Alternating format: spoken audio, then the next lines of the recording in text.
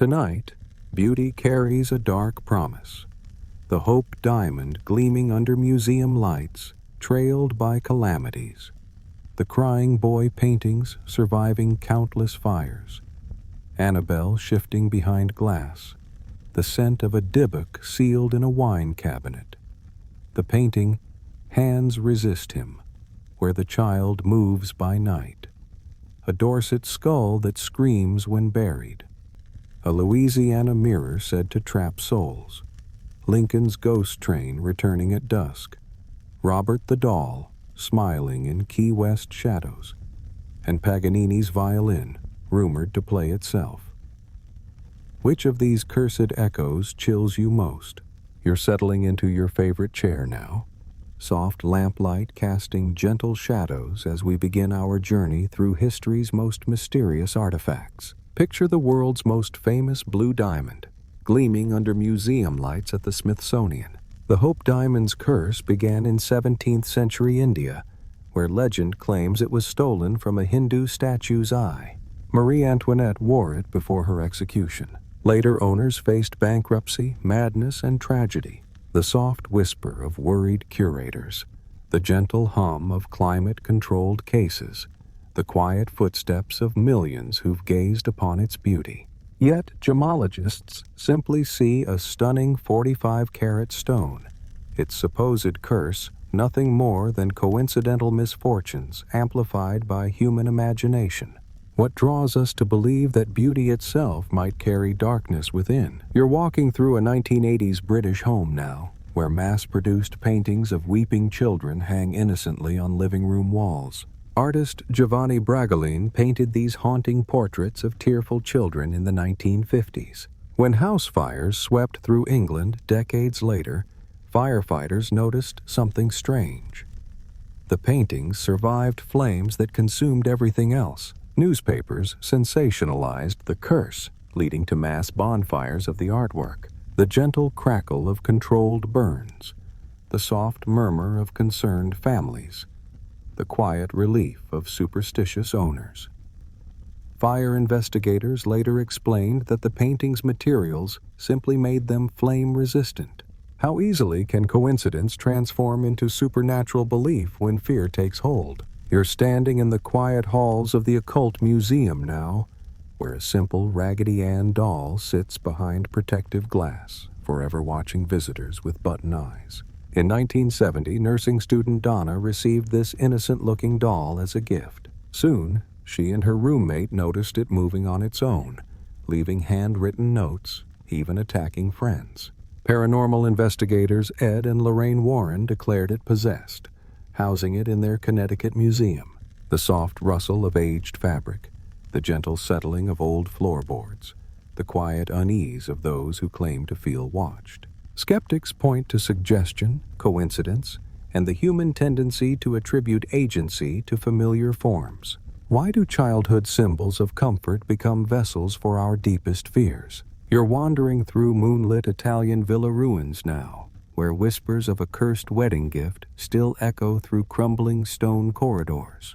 Crafted in 15th century Naples for a bride's wedding day, this ornate silver vase allegedly brought death to its owners. The bride died on her wedding night, and the vase passed through noble families, each meeting tragic ends. Centuries later, it still changes hands mysteriously, leaving a trail of unexplained deaths. The soft tinkle of silver against marble, the gentle evening breeze through villa windows, the quiet prayers of servants crossing themselves. Modern historians suggest political intrigue and Renaissance family feuds created these dark legends. How do beautiful objects become repositories for human guilt and fear? You're strolling through the humid streets of Key West now, where Caribbean breezes carry tales of a doll that refuses to be just a toy. In 1906, young Robert Eugene Otto received this life-size doll from a Bahamian servant skilled in voodoo. The doll, dressed in Otto's own sailor suit, allegedly came alive at night, moving through the house and speaking in a child's voice. Neighbors reported seeing it in windows when the family was away. The soft whisper of palm fronds, the gentle lap of tropical waves, the quiet footsteps on old wooden floors. Psychologists today recognize how grief and isolation can manifest in unusual attachments to objects. What makes us project life onto the lifeless when loneliness overwhelms? You're entering a quiet antique shop now, where the scent of old wood and forgotten memories mingles with something indefinably unsettling. This simple wine cabinet emerged from a Holocaust survivor's estate in Portland, 2001. Buyer Kevin Manis experienced nightmares, strange odors, and electrical failures. Each subsequent owner reported similar phenomena: hair loss, nightmares, mysterious illnesses. According to Jewish folklore, a dybbuk, a restless spirit, inhabited the box. The soft creak of opening drawers, the gentle settling of aged wood, the quiet whispers of traumatic memory. Paranormal researchers suggest intense emotional trauma can psychologically imprint objects. How do objects absorb the weight of human suffering and pass it forward? You're standing in a dimly lit art gallery now, where brushstrokes seem to shift when you're not looking directly at them. Artist Bill Stoneham painted this haunting image in 1972, a boy and female doll beside a glass door with reaching hands. The gallery owner and art critic who reviewed it both died within a year. Later, a family claimed the figures moved at night, the boy stepping from the canvas. They sold it on eBay with a paranormal warning: the soft whisper of canvas stretching, the gentle hum of gallery lighting, the quiet footsteps of nervous visitors. Art psychologists explain how certain visual elements can create optical illusions and psychological unease.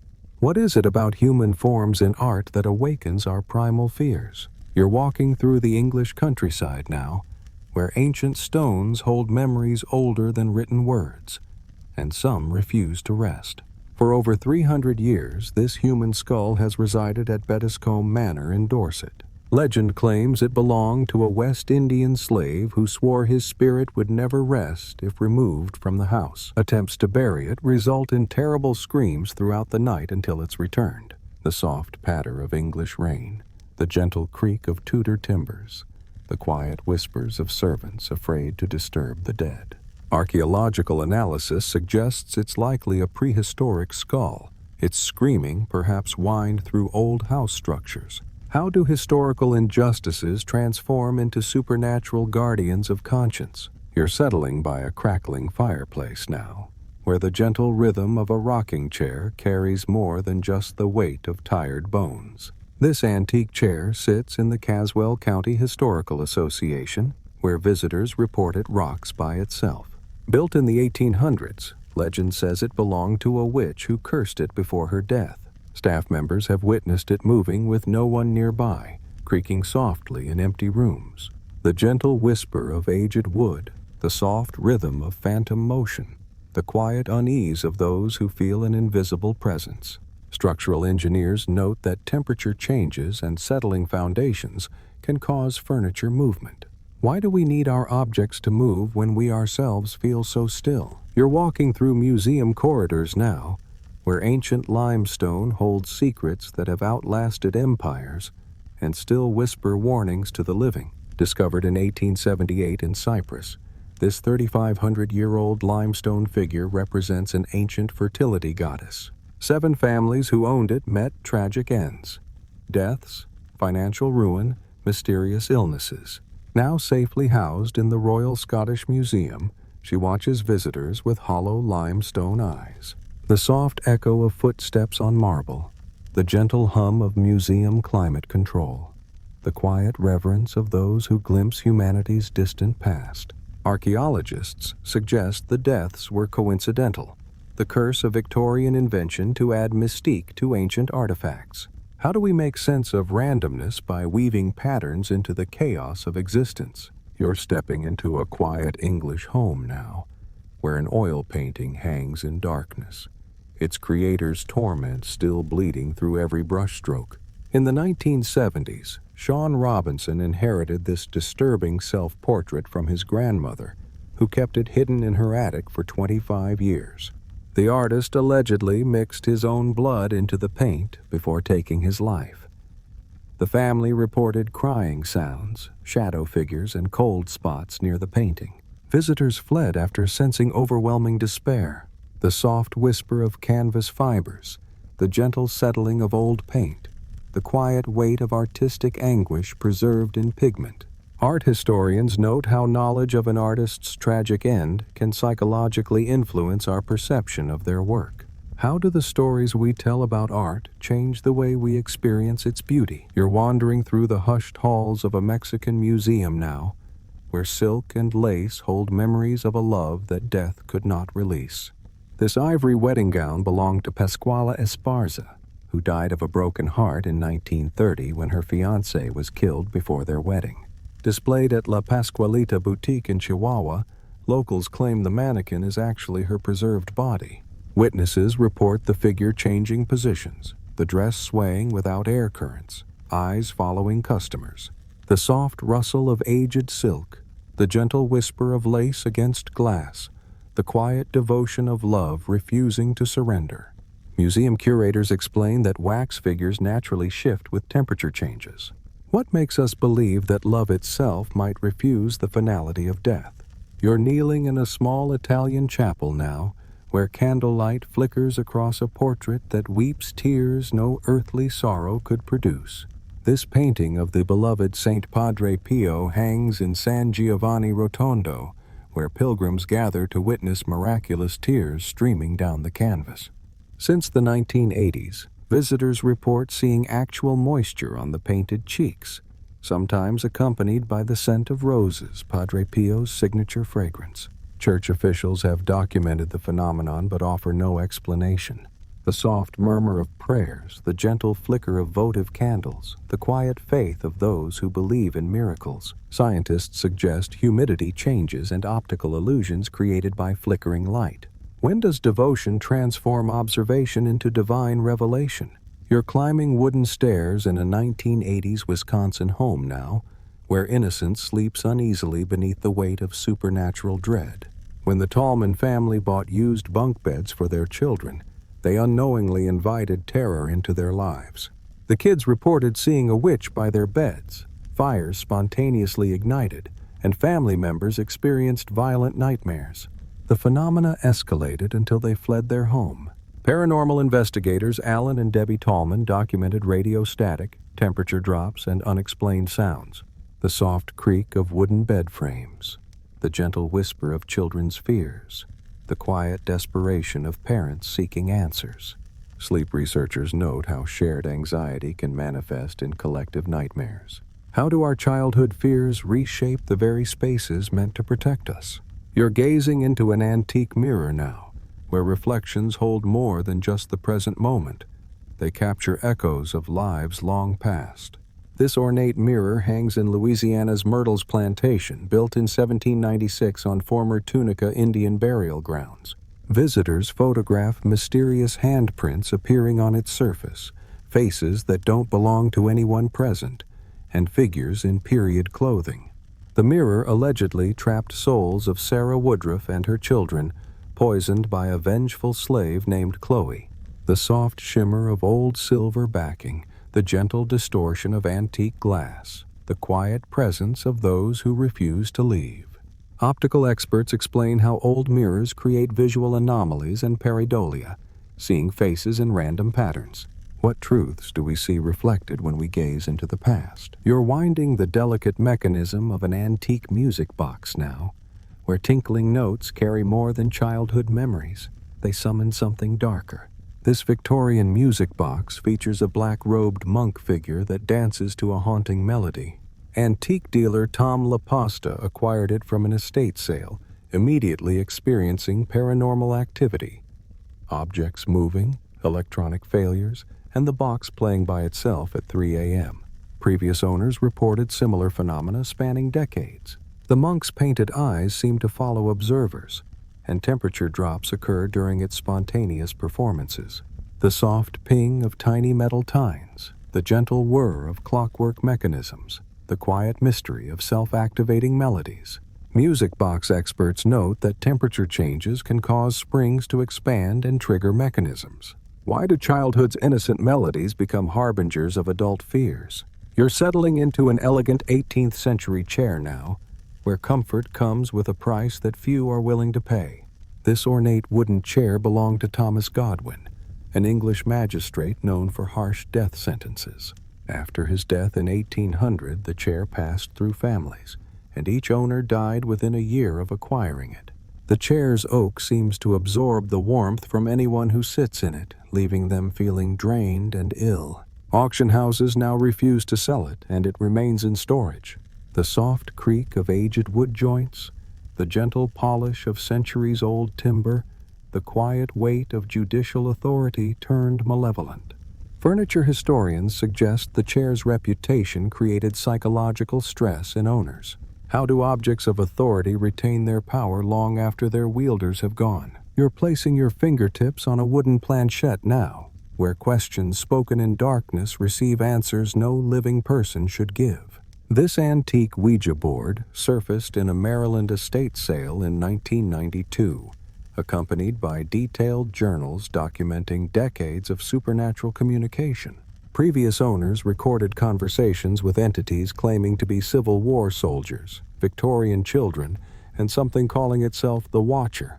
The board allegedly moves on its own, spelling out warnings and predictions. Several families reported paranormal activity escalating after using it.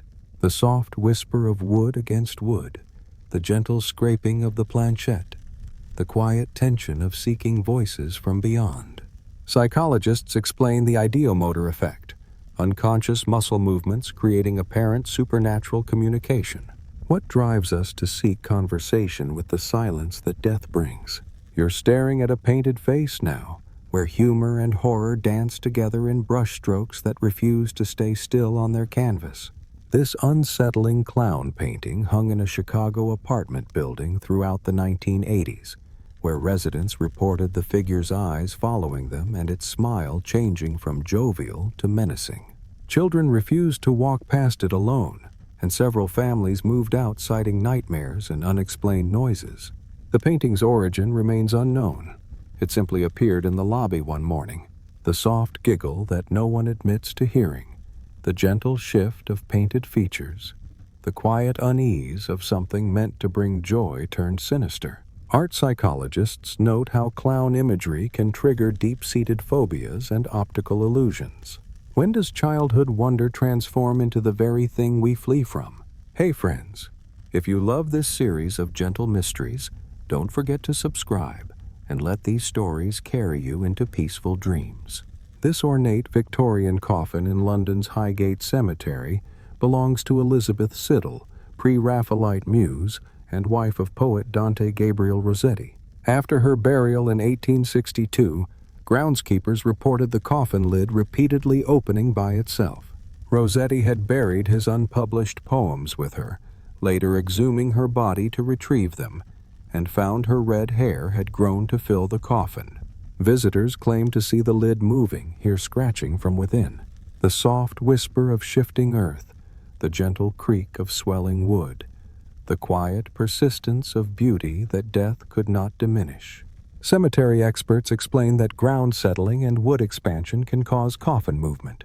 What makes us believe that some souls are too vibrant for the grave's embrace? You're sitting before an ancient piano now, where ivory keys hold memories crystallized in time, and each note resonates with the weight of geological ages. This peculiar upright piano, discovered in Arizona's petrified forest in 1952, appears to be made entirely of fossilized wood. Local legend claims it belonged to a saloon pianist who died during a flash flood in the 1880s, his music somehow preserved in stone. Visitors report hearing phantom melodies drifting across the desert wind, especially at sunset. Park rangers have documented the piano playing during temperature changes, creating haunting sounds.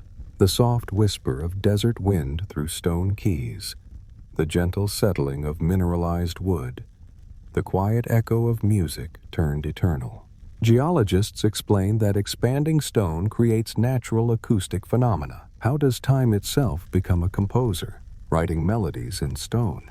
You're kneeling in a candlelit Orthodox chapel now, where painted saints shed tears that no earthly sorrow could inspire. This 17th century Russian icon of St. Nicholas began weeping myrrh in 1924, shortly after Lenin's death. Housed in a small monastery outside Moscow, the icon attracts pilgrims who witness oily tears streaming from the saint's painted eyes. Soviet authorities attempted to debunk it as fraud, but chemical analysis revealed the liquid's mysterious composition.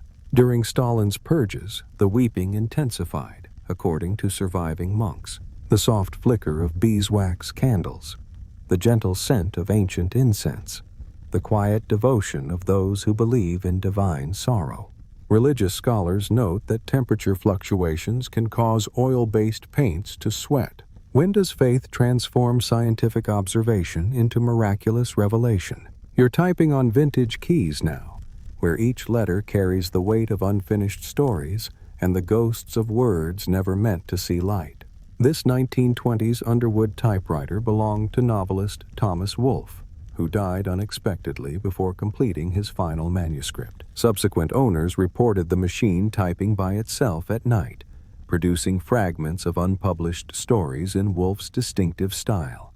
The keys move without human touch, spelling out warnings about unfinished business. Writers who've used it claim inspiration mixed with overwhelming melancholy. The soft click of mechanical keys, the gentle bell of the carriage return, the quiet persistence of creativity refusing to die.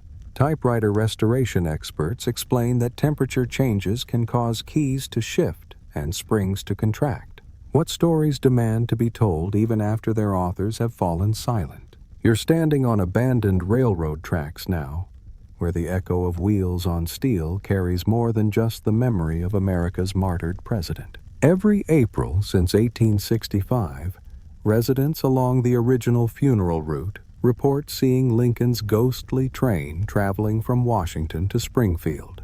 The phantom locomotive appears as a black silhouette wreathed in mist, pulling a single car draped in mourning bunting. Witnesses describe an otherworldly silence as it passes, leaving only the scent of lilacs and the weight of national grief. Railroad historians documented over 300 sightings across multiple states. The soft chuff of spectral steam, the gentle vibration of phantom wheels, the quiet dignity of sorrow traveling home. Railway engineers suggest atmospheric conditions can create optical illusions resembling trains. How does collective mourning imprint itself upon the very landscape it crosses? You're gazing at an empty picture frame now, where romantic poetry once smiled from canvas before mysteriously disappearing into the shadows of literary legend. This oil portrait of the scandalous romantic poet hung in Newstead Abbey until 1924, when staff began reporting the painted figure vanishing from the frame for days at a time. During Byron's notorious reputation, the painting would disappear before moral crusaders visited, returning when the coast was clear. The empty frame sometimes shows glimpses of Byron's sardonic smile in candlelight. Art restorers found no evidence of removable paint layers. The soft rustle of silk curtains, the gentle crackle of fireplace logs, the quiet mischief of art protecting its subject's reputation. Museum curators suggest that oil paint can become translucent under certain lighting conditions. Can artistic subjects retain their creator's rebellious spirit long after both have passed? You're walking through an ancient Indian palace now, where marble walls weep crimson tears that flow like monsoon rains through carved channels. These ornate marble blocks in Rajasthan's Bhangar Fort began bleeding red liquid in the 16th century, according to local chronicles. The phenomenon occurs during the full moon, when visitors report seeing deep red stains seeping from the carved surfaces. Legend connects it to Ratnavati, a princess cursed by a spurned wizard.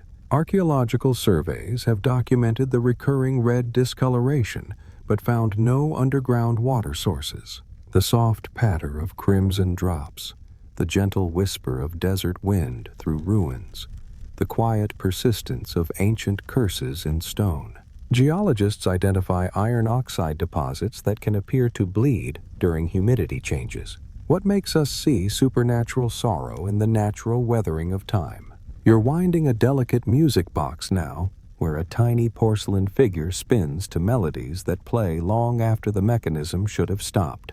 This Victorian jewelry box belonged to Clara Whitmore, a young ballerina who died in a theater fire in 1888. The music box plays Chopin's Minute Waltz, while the ballerina spins gracefully. Owners report the ballerina continuing to dance hours after the music stops, sometimes spinning backward or performing impossible pirouettes. Temperature changes in the room correlate with extended performances. The soft tinkle of the mechanical melody, the gentle whisper of silk tutus, the quiet grace of dance transcending death. Music box collectors explain that worn springs can create unpredictable winding behavior. How does childhood's innocent magic become a window into the persistence of dreams? You're listening to Evening Vespers now, where bronze bells ring across California valleys, their peals carrying prayers from centuries past. These Spanish colonial bells, cast in 1776, continue ringing at sunset, despite being cracked and officially silenced since the 1906 earthquake. Residents of San Gabriel report hearing the bell's distinctive four-note pattern calling faithful to evening prayer. The sound echoes across the valley exactly as it did during the mission's active years. Acoustic engineers have measured sound waves during reported ringings, but found no mechanical cause.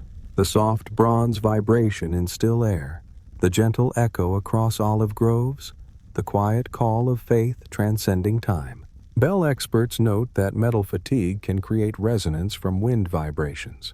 What calls us to prayer when earthly voices have fallen silent? You're opening an ornate steamer trunk now, where Victorian secrets hide in compartments that seem to multiply with each inspection. This leather-bound trunk belonged to Sarah Winchester, heir to the Winchester rifle fortune and builder of the infamous Mystery House. The trunk allegedly contains architectural plans for rooms that don't exist in her actual mansion. Owners report finding new blueprints appearing overnight, sketching impossible staircases and doors to nowhere. The trunk seems heavier each time it's moved, despite removing contents. The soft whisper of aged leather, the gentle rustle of mysterious papers, the quiet weight of unfinished architectural dreams. Antique experts suggest hidden compartments and optical illusions created by complex internal construction. What blueprints does guilt leave behind in the architecture of memory? You're peering through a vintage viewfinder now, where each photograph captures more than just light and shadow. It reveals the souls hiding behind human faces. This medium-format camera belonged to photographer Diane Arbus, known for her haunting portraits of society's margins. After her suicide in 1971, subsequent owners reported the camera photographing subjects who weren't visible during shooting. Developed images show additional figures, ghostly faces, and eyes that seem to stare directly at the viewer. The camera's shutter sometimes clicks without being pressed. The soft whir of advancing film, the gentle click of the mirror mechanism, the quiet revelation of invisible presences. Camera technicians explain that double exposures and light leaks can create phantom images in older equipment. What unseen worlds does art reveal when we dare to look beyond the obvious? You're listening to the golden age of opera now, where a voice that once filled the world's grandest theaters continues to sing from beyond the curtain's final fall. This ornate Victor gramophone belonged to legendary tenor Enrico Caruso, who died in 1921 at the height of his fame. The machine plays his recordings without being wound, sometimes performing arias not in its collection. Hotel guests at the Parker Meridian, where it's displayed, report hearing Caruso's unmistakable voice echoing through empty hallways at midnight. The gramophone's horn sometimes moves as if following an invisible conductor. The soft scratch of phantom needles, the gentle whir of a turntable spinning without power, the quiet majesty of a voice that refuses to be silenced. Audio engineers explain that old machines can create resonance from building vibrations. What melodies linger in the air long after their singers have taken their final bow? You're navigating uncharted waters now, where a brass instrument points not toward magnetic north, but toward destinations that no living soul should seek. This Portuguese compass allegedly belonged to one of Ferdinand Magellan's ships during his ill-fated circumnavigation attempt in 1519. Discovered in a Manila antique shop in 1965, the compass needle spins wildly near water, sometimes pointing toward sunken ships or lost vessels. Maritime collectors report experiencing intense seasickness while handling it, even on dry land. The compass occasionally freezes, pointing toward the exact location where Magellan died in the Philippines. The soft tick of metal against glass, the gentle sway of an invisible deck, the quiet pull of oceanic mysteries calling from the deep. Navigation experts note that old compasses can be affected by nearby metal objects and magnetic anomalies. What directions does destiny offer when we've lost our way in life's vast ocean? You're walking through Egyptian sands now, where an ancient pharaoh's likeness sheds tears for a kingdom lost to the desert winds of time. This limestone statue of the heretic pharaoh Akhenaten was discovered in Amarna in 1912. Bearing unusual moisture stains around the carved eyes. British archaeologists documented water appearing on the statue's face during sandstorms, despite the arid climate. Local guides claim the tears flow when Egypt faces political upheaval. The statue was moved to Cairo Museum, where the weeping phenomenon continued during times of national crisis. The soft whisper of desert wind through limestone. The gentle persistence of ancient grief. The quiet weight of a ruler mourning his forgotten revolution. Geologists suggest that limestone can absorb and release moisture based on atmospheric pressure changes. How do the sorrows of ancient kings echo through the corridors of modern history? You're strolling through a Parisian atelier now, where haute couture takes on a life of its own, posing and preening without human intervention.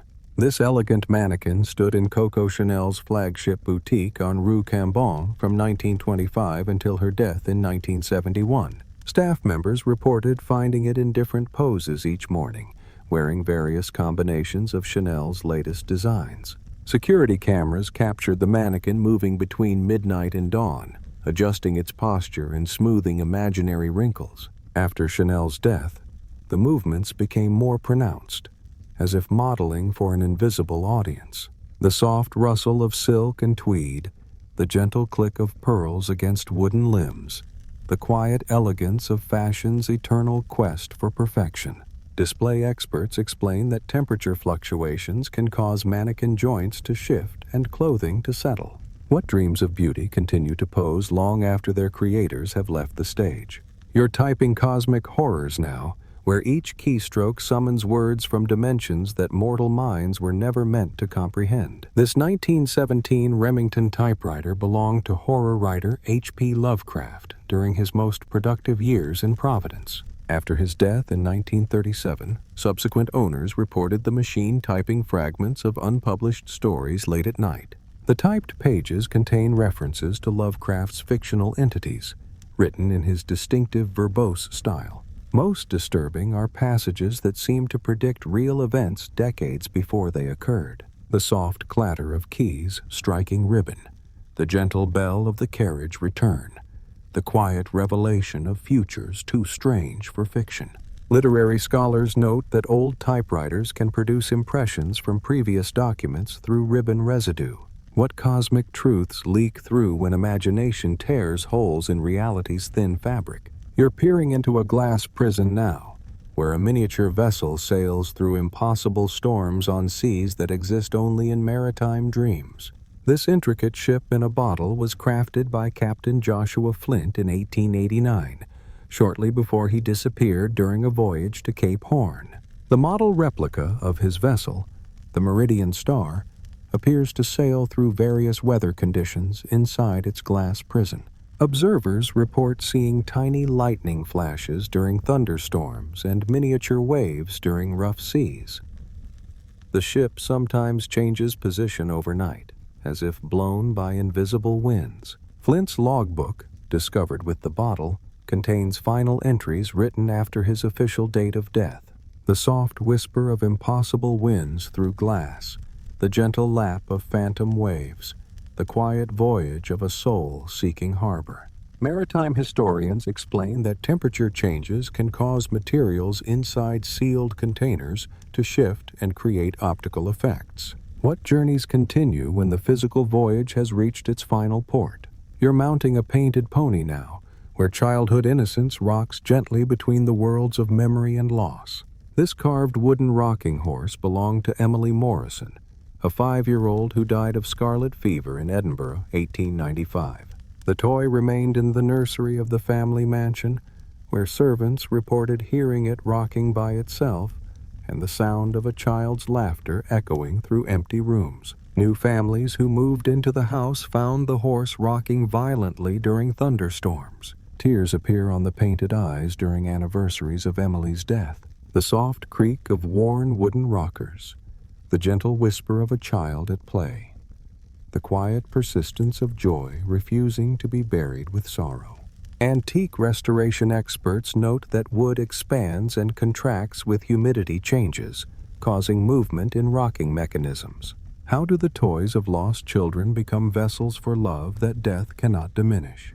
You're drawing a bow across phantom strings now, where virtuosic melodies carry the echo of a master's pact with musical darkness. This Guarneri violin allegedly belonged to the legendary Niccolò Paganini, whose superhuman skill spawned rumors of a demonic bargain.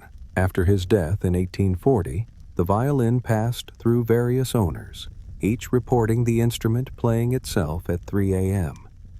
The bow moves across strings without human touch, performing Paganini's most challenging compositions flawlessly. Musicians who attempt to play it experience temporary paralysis in their fingers, as if the instrument rejects unworthy hands.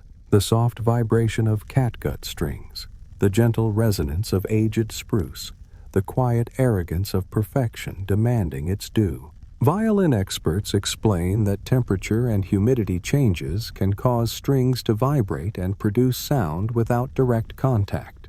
What prices do we pay when we seek to surpass the limits of human capability? You're turning yellowed pages now, where leather bookmarks disappear and reappear like ravens flitting between the lines of Gothic verse. These ornate leather bookmarks belonged to Edgar Allan Poe during his final years in Baltimore. Library patrons who borrow books once owned by Poe report finding the bookmarks in impossible locations, marking passages that predict their personal tragedies or revealing hidden meanings in familiar texts.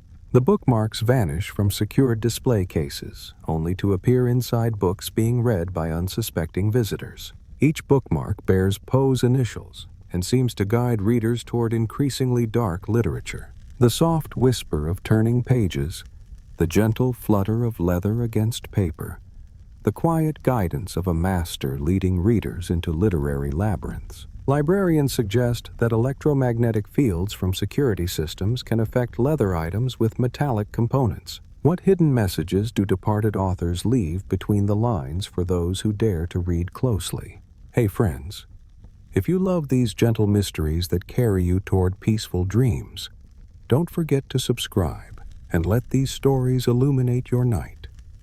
You're standing beneath crystal teardrops now, where royal extravagance weeps for a world that revolution swept away like autumn leaves. This magnificent crystal chandelier hung in Marie Antoinette's private salon at Versailles until the Revolution of 1789. Salvaged from the palace, it now graces a New Orleans mansion, where owners report water droplets falling from the crystals during thunderstorms, despite no leaks in the ceiling. The drops taste faintly of tears and roses, Marie Antoinette's favorite perfume. During full moons, the chandelier sways gently as if moved by phantom ballroom breezes. Each crystal seems to hold memories of glittering soirees that ended in tragedy. The soft tinkle of crystal against crystal, the gentle patter of impossible rain, the quiet elegance of beauty mourning its own destruction. Restoration experts note that old crystal can accumulate moisture that releases during barometric pressure changes. What tears do objects shed for the vanished worlds they once illuminated with their splendor? You're standing on the podium of an empty concert hall now, where silence holds more music than any orchestra could ever play. This ivory conductor's baton belonged to Leopold Stokowski, the legendary maestro who revolutionized orchestral sound until his death in 1977. Musicians at the Philadelphia Orchestra report seeing the baton moving through the air during late-night rehearsals, conducting invisible ensembles with precise, familiar gestures. Security cameras capture the baton floating above the podium, keeping perfect time to music no one can hear. The orchestra's instruments sometimes play single notes in sequence, as if responding to phantom commands. The soft whisper of air around moving ivory, the gentle precision of remembered rhythms, the quiet authority of a master who refuses to lower his arms. Acoustic engineers suggest that air currents in concert halls can create localized pressure changes that affect lightweight objects. What symphonies continue to play in the spaces between our hearing and silence? You're contemplating your next move now, where 64 squares hold infinite possibilities, and one player's madness lingers in carved wood. This ornate wooden chess set accompanied Bobby Fischer during his meteoric rise to world champion in 1972, before his descent into paranoia and exile. Players who used the set report experiencing Fischer's legendary intensity and suspicious thoughts. The pieces seemed to move toward optimal positions on their own, and opponents describe feeling an overwhelming urge to play aggressively. Chess masters who've handled the set claim to hear Fischer's voice whispering strategic insights and conspiracy theories. The soft click of wood against wood, the gentle weight of carved kings and queens, the quiet madness of genius trapped between victory and defeat. Game theorists explain that psychological suggestion can influence decision-making in competitive situations. How does brilliance become a prison when the mind sees enemies in every shadow? You're gazing through the eye slits of a warrior's soul now, where honor and betrayal carved themselves into lacquered wood and iron. This fearsome Menpo mask belonged to Minamoto no Yoshitsune, the tragic hero of 12th century Japan who was forced to commit seppuku by his own brother. The mask, found in a Kyoto temple, allegedly weeps tears of blood during times of national crisis. Temple monks report seeing moisture seeping from the mask's painted eyes, particularly during World War II and the 2011 tsunami. Visitors describe feeling overwhelming sadness and a sense of betrayal while viewing it. The mask's expression seems to shift from stoic to sorrowful depending on the observer's angle. The soft drip of impossible tears, the gentle weight of centuries-old grief, the quiet honor of a warrior who died for loyalty.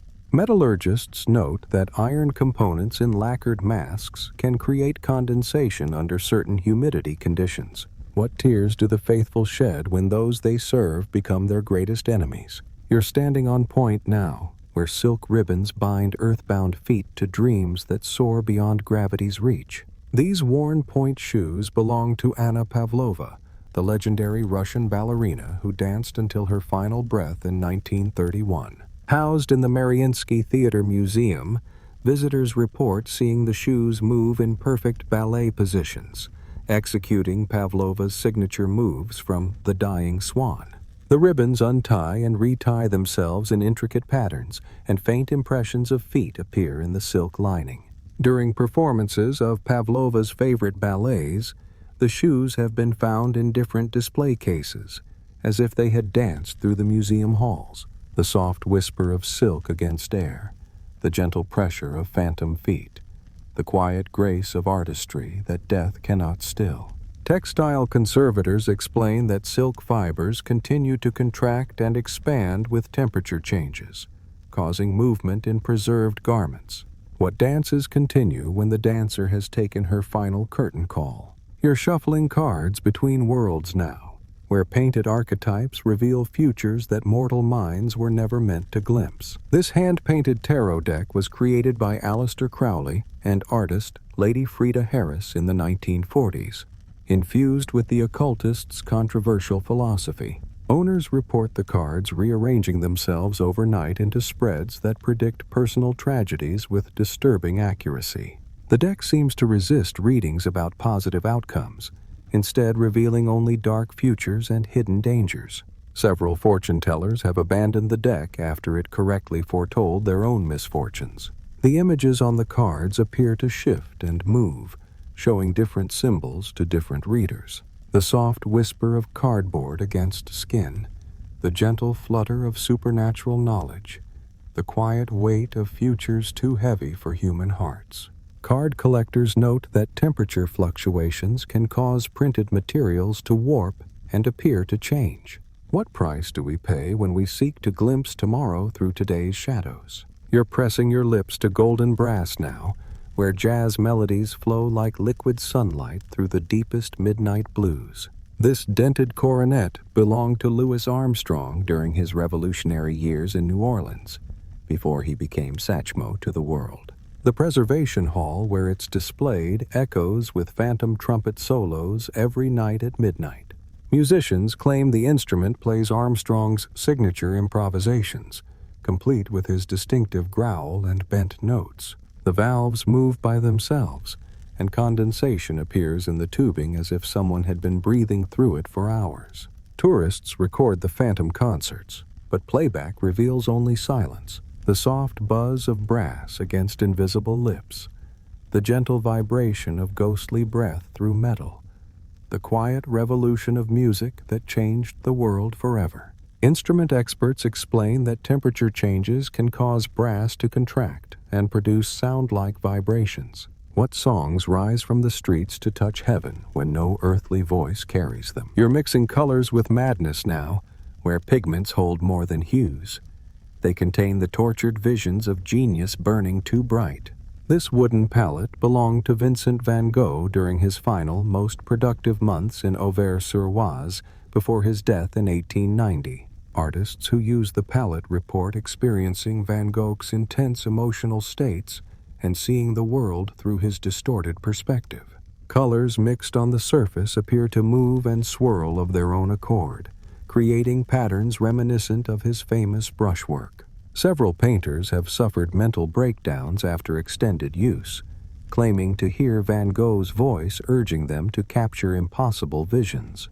The palette knife moves by itself, scraping colors into positions that form recognizable Van Gogh motifs. The soft scrape of metal against wood, the gentle swirl of oil paints defying gravity, the quiet madness of seeing too much beauty in a broken world. Art conservators note that oil paints can continue to shift and flow for years after application. What visions demand to be painted when the artist's eyes see beyond what others call reality? You're writing your final words now, where ink flows darker than the Thames waters that claimed one of literature's brightest lights. This elegant fountain pen accompanied Virginia Woolf through her groundbreaking novels before her suicide in 1941. Writers who borrow it from the Monk's House collection report their prose becoming increasingly melancholic and stream of consciousness. The pen writes by itself in the early morning hours, producing fragments that echo Woolf's style and themes. Ink appears to flow upward from the nib, and blank pages show impressions of words that seem to fade before they can be read. The pen feels heavier with each use, as if absorbing the weight of unwritten thoughts. The soft scratch of gold against paper, the gentle flow of midnight blue ink, the quiet desperation of words seeking escape from a troubled mind. Writing instrument specialists explain that atmospheric pressure can affect ink flow in vintage fountain pens. What stories pour forth when the vessel can no longer contain the flood of human experience? You're watching time melt now, where chronology bends and reality drips like honey through the cracks of surreal imagination. This ornate pocket watch belonged to Salvador Dalí during his most creative period in the 1930s, when he painted his famous melting timepieces. The watch keeps perfect time despite its hands moving backward, and the numbers rearranging themselves on the face. Observers report seeing the watch face ripple like liquid while maintaining its solid form. Time seems to slow down in rooms where the watch is displayed, and visitors often lose track of how long they've been standing there. The watch chimes 13 times at midnight, playing a melody that sounds like Dalí's own humming. The soft tick of impossible time, the gentle whisper of reality questioned, the quiet persistence of imagination over logic. Horologists note that mechanical watches can develop irregular behaviors due to magnetization and worn components. What happens to time itself when viewed through the lens of dreams made manifest? You're gazing into the face of eternal romance now, where plaster preserves the features that made millions swoon and weep. This plaster death mask was cast from Rudolph Valentino's face immediately after his death in 1926, preserving the silent screen's greatest lover for posterity. Housed in the Hollywood Museum, staff report the mask's expression changing from peaceful to passionate, especially during screenings of his films. Female visitors often feel compelled to kiss the mask's lips, and several have fainted after claiming to feel it kiss them back.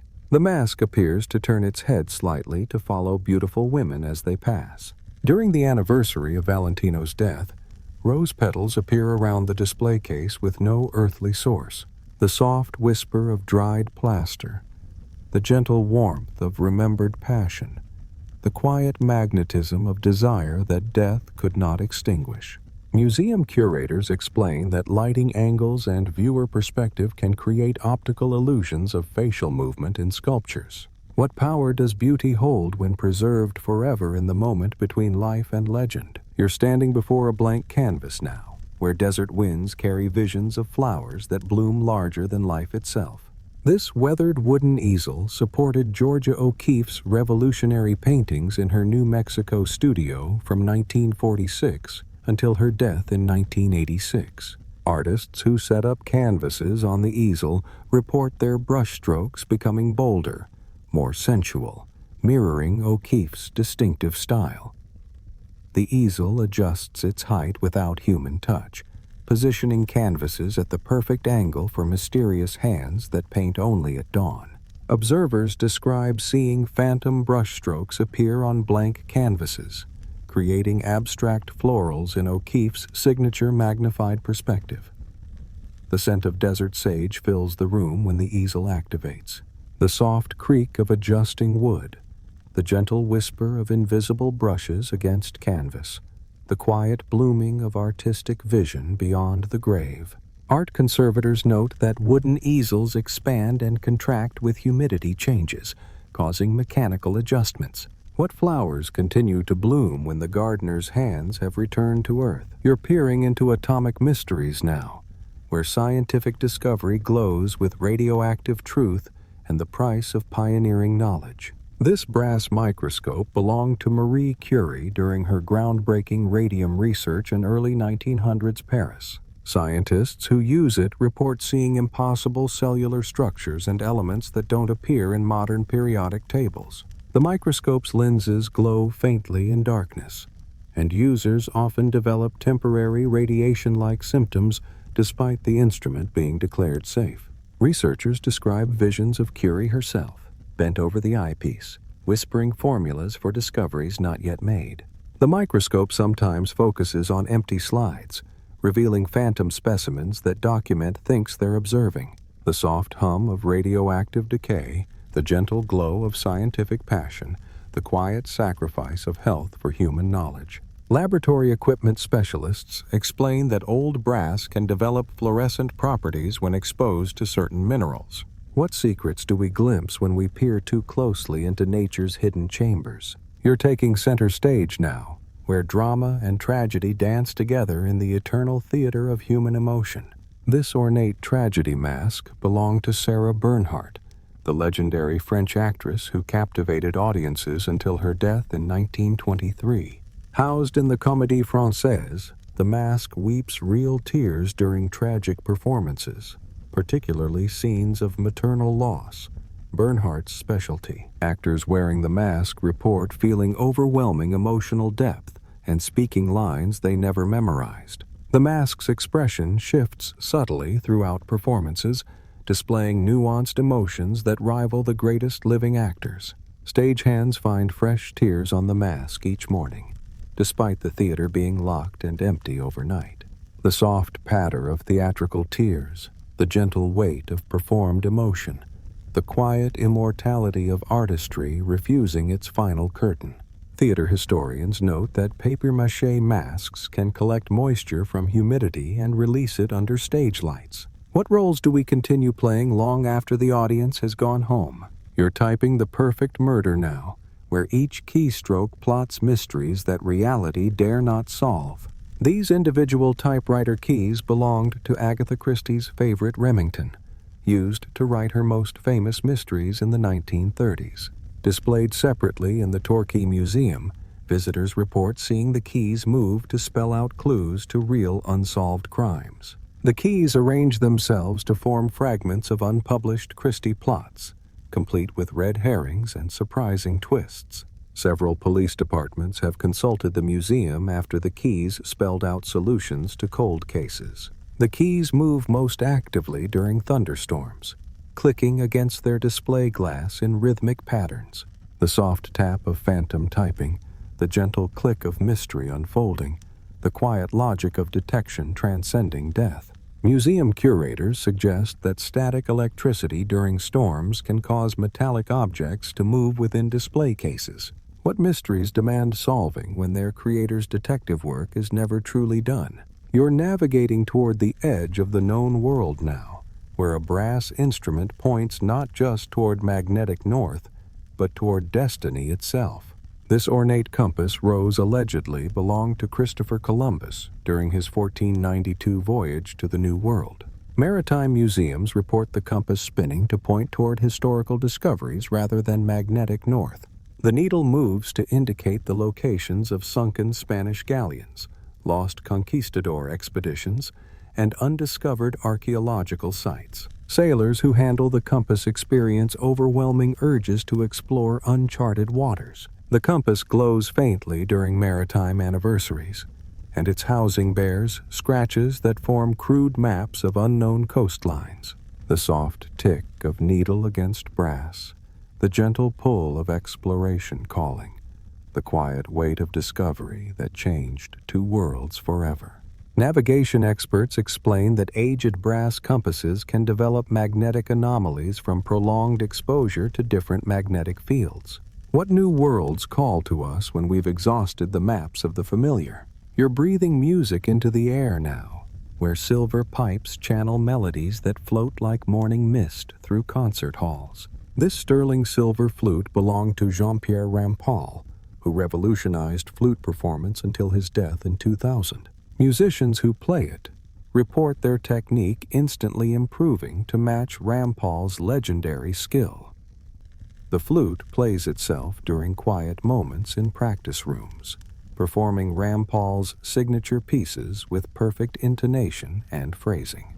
Students describe hearing Rampal's voice offering gentle corrections and encouragement while they practice. The instrument's silver surface shows fingerprints that don't match any living players, positioned exactly where Rampal placed his fingers. The soft whisper of air through silver tubes, the gentle vibration of musical perfection, the quiet teaching that continues beyond the master's final breath. Instrument makers note that silver flutes can resonate from building vibrations and temperature changes.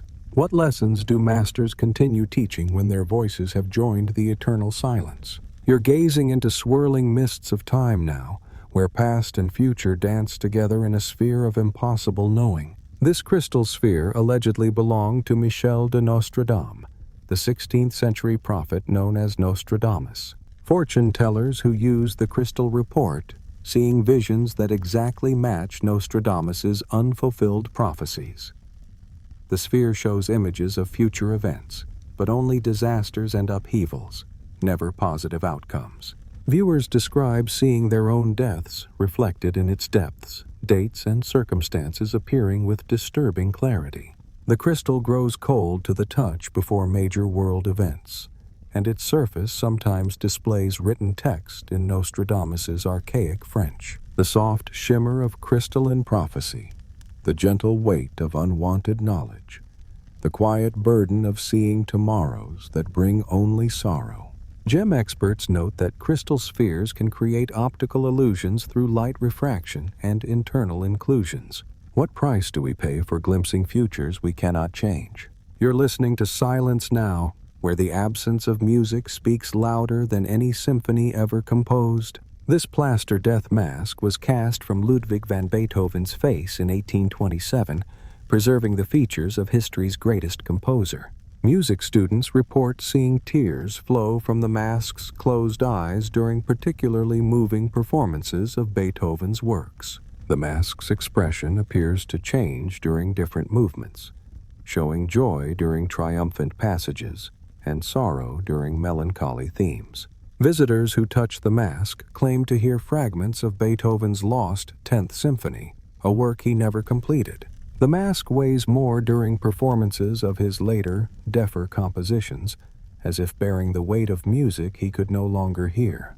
The soft drip of musical tears, the gentle weight of unfinished symphonies, the quiet triumph of art over physical limitation. Museum conservators explain that plaster can absorb and release moisture based on humidity changes in concert halls. What music plays in the silence between the notes we hear and those we've lost forever? You're splattering paint across infinite possibility now, where chaos and control dance together in abstract expression. These paint-crusted brushes belong to Jackson Pollock during his revolutionary drip painting period before his death in 1956. Art students who use them report their paintings developing Pollock's signature style regardless of their intentions. The brushes move on their own across canvases, creating abstract patterns that mirror Pollock's emotional state at the time of his death. Gallery visitors see wet paint appearing on dried canvases where these brushes are displayed. The brushes drip with paint that matches colors Pollock used decades ago, despite being thoroughly cleaned. During full moons, the brushes have been found arranged in patterns that spell out fragments of Pollock's artistic philosophy. The soft splash of phantom paint, the gentle arc of creative motion, the quiet revolution of art breaking free from representation. Art supply experts note that old brushes can retain paint residue that expands with temperature changes. What expressions demand release when the artist's voice has been forever silenced? You're flowing with the rhythm of life itself now, where fabric moves with the grace of one who taught the world to dance with natural beauty. This silk scarf belonged to Isadora Duncan, the revolutionary dancer who freed movement from classical constraints before her tragic death in 1927. The scarf, displayed in Paris's Musée de la Danse, moves without wind, performing Duncan's signature flowing motions. Dance students report seeing the scarf dancing in empty studios, particularly during sunrise and sunset. The fabric maintains the scent of Duncan's preferred perfume and seems to guide dancers toward more natural, expressive movement. Visitors describe feeling compelled to dance when near the scarf, their bodies moving in Duncan's distinctive style. The scarf sometimes wraps itself around the necks of mannequins, recreating the tragic circumstances of Duncan's death. The soft whisper of silk against air, the gentle flow of perpetual motion, the quiet freedom of dance unbound by earthly limitations. Textile experts explain that silk fibers can retain static electricity and move in response to air currents and humidity changes. What dances continue when the dancer has taken her final fatal bow to the wind? You're holding the finest surgical steel now, where healing hands left their ghost in the blade that revolutionized medicine itself. This pristine carbolic acid sterilized scalpel belonged to Joseph Lister, the father of antiseptic surgery in Victorian England. Medical students who handle it report their surgical skills instantly improving to expert levels. The scalpel moves on its own during operations, making precise incisions that follow Lister's revolutionary techniques. Surgeons describe feeling guided by invisible hands, their movements becoming more confident and accurate. The blade maintains its mirror shine despite being over 150 years old, and it sometimes cuts through air, leaving trails of carbolic scent. Operating rooms where the scalpel is displayed experience remarkably low infection rates. The soft whisper of steel through sterile air, the gentle precision of hands that saved countless lives, the quiet revolution of cleanliness conquering death. Medical historians note that quality surgical steel can maintain its properties for centuries when properly preserved. What healing continues when the healer's hands have performed their final operation? You're slipping gold around your finger now, where Renaissance poison and passion entwined in a circle of eternal promises and deadly betrayals. This ornate gold ring belonged to Lucrezia Borgia, the infamous Renaissance noblewoman whose name became synonymous with political intrigue in 16th century Italy. Brides who wear the ring report experiencing overwhelming jealousy and paranoid thoughts about their spouses. The ring allegedly changes temperature to warn of infidelity, growing ice cold when touched by unfaithful partners. Several marriages have ended in tragedy after the ring entered the household, with accusations of poison and adultery echoing Borgia family scandals. The ring's hidden compartment, once used for poison, now opens and closes on its own. Gemologists find traces of unidentifiable substances in the metal that resist modern analysis. The soft clink of gold against skin, the gentle weight of Renaissance secrets, the quiet poison of suspicion that destroys love from within. Jewelry experts explain that old gold alloys can contain unusual metals that react to body chemistry and temperature changes. What promises does marriage make when sealed with rings that remember only betrayal? You're painting pain into beauty now, where every brushstroke transforms suffering into art that bleeds with authentic human experience. This wooden easel supported Frida Kahlo's most powerful self-portraits during her bedridden years in Mexico City. Artists who paint at this easel report their work becoming intensely personal and emotionally raw, regardless of their intended subject. The easel adjusts its height to accommodate painters lying down, mimicking Kahlo's forced position due to her spinal injuries. Tears appear on canvases painted at this easel, and artists describe feeling Kahlo's physical and emotional pain while working. The wood bears permanent stains from paint mixed with what appears to be blood and tears. Visitors report seeing Kahlo's reflection in mirrors positioned around the easel, her eyes following their movements with fierce intensity. The soft creak of wood bearing emotional weight, the gentle whisper of pain transformed into purpose, the quiet defiance of creating beauty from brokenness. Art conservators note that wooden easels can absorb moisture and oils from extended use, creating permanent staining patterns. What masterpieces emerge when suffering becomes the canvas for immortal self-expression? You're peering beyond the edge of earthly knowledge now, where brass lenses reveal truths that challenge the very foundation of human understanding. This brass telescope belonged to Galileo Galilei during his revolutionary astronomical observations in 17th century Italy. Astronomers who use it report seeing celestial phenomena that don't appear in any modern star charts. The telescope focuses on impossible distances, showing galaxies and nebulae that shouldn't be visible through its primitive lenses. Users describe hearing Galileo's voice whispering in Italian about discoveries that weren't published in his lifetime. The telescope sometimes points itself toward the Vatican, as if still defending scientific truth against religious dogma. During clear nights, the instrument glows faintly, and its brass components warm to the touch despite cold temperatures. The soft grind of historical lens mechanisms, the gentle expansion of brass reaching toward infinity, the quiet courage of truth challenging comfortable lies. Optical instrument historians explain that old telescopes can develop unique reflective properties from brass oxidation and lens aging. What stars continue calling to us when the first observer has joined their eternal light? You're wearing wit-like armor now, where clever words shield a heart too tender for the world's sharp cruelties and harsh judgments. This plaster death mask was cast from Oscar Wilde's face after his death in Paris poverty in 1900, preserving the features of literature's greatest wit. Theater students report the mask's expression changing from melancholy to mischievous during performances of Wilde's plays. The mask sometimes appears to mouth along with famous Wildean epigrams, and visitors claim to hear faint Irish whispers of unpublished witticisms. During productions of The Importance of Being Earnest, the mask's painted lips curl into knowing smiles at particularly clever lines. Fresh roses appear near the mask's display case, echoing Wilde's love of aestheticism and beauty. Literary scholars have documented strange coincidences of wit and wordplay occurring in rooms where the mask is present. The soft echo of dying laughter, the gentle persistence of humor transcending tragedy, the quiet dignity of art outliving society's condemnation. Museum conservators explain that plaster masks can appear to change expression based on lighting angles and observer perspective. What jokes do we tell when laughter is all that remains of a broken heart? You're listening to The Rhythm of Healing now, where every heartbeat echoes with the dedication of the world's most famous nurse.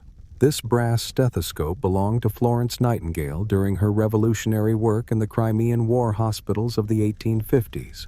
Nurses who use it report hearing not just patients' heartbeats, but their deepest fears and unspoken gratitude. The stethoscope sometimes detects ailments that don't show up in modern diagnostic tests, guiding medical staff toward hidden conditions. Users describe feeling Nightingale's compassionate presence, their bedside manner becoming more gentle and intuitive.